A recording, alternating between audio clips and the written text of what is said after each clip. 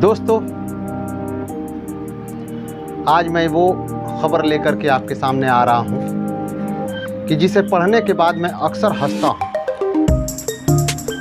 और मेरे हंसने का कारण यह है कि राष्ट्रपति भवन में आम आदमी का रॉयल लंच, लोकतंत्र इतना मुझे हंसाती है कि जिसे लोग लोकतंत्र कहते हैं वो राजतंत्र से कम है क्या।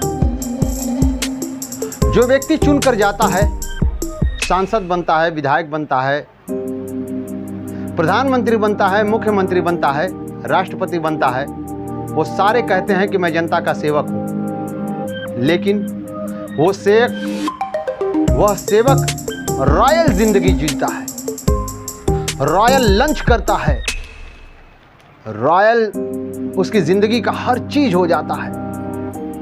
और फिर लोग 5 साल बाद आपके सामने आते हैं और हाथ जोड़कर कहते हैं कि मैं जनता का सेवक आपके सामने हाजिर हूं। हास्यास्पद लगता है। अब जैसे आज के डेट की बातें मैं आपसे करना चाहता हूं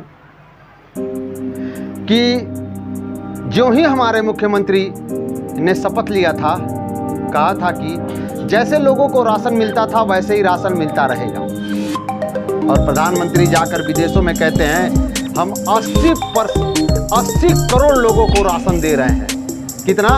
80 करोड़ लोगों को राशन दे रहे हैं। वो बताते हैं कि हमारे देश में 80 करोड़ भिखमंगे हैं, उन्हें हम खाना खिलाते हैं। लेकिन आज की सूची यह है कि आज 15 तारीख हो गया लेकिन राशन नहीं आया।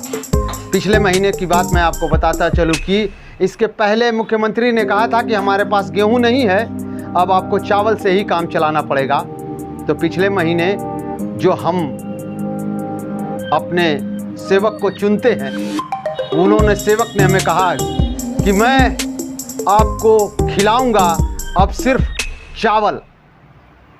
तो पिछले महीने उन्होंने हमें चावल दिया और हमने खूब चावल को पका करके खाया। लेकिन इस बार 15 तारीख होने के बावजूद भी अभी वो चावल हमें नसीब नहीं हुआ है।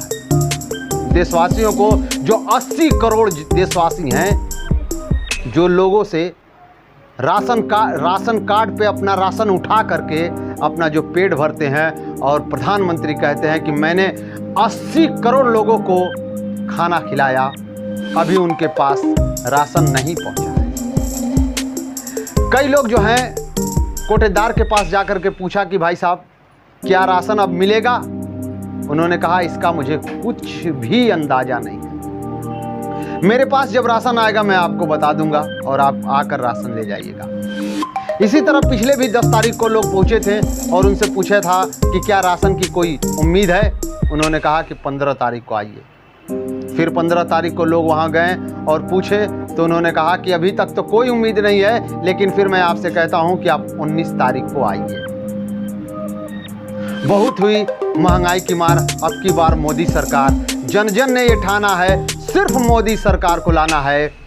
चावल हमें सरकार दे रही है, 1100 का सिलेंडर कर चुकी है। हम सिलेंडर पर चावल को उबालें, पहले माड़ पिए फिर चावल खाएं। नमक हमें फ्री दे रहा था, वो हम रखे हैं अभी।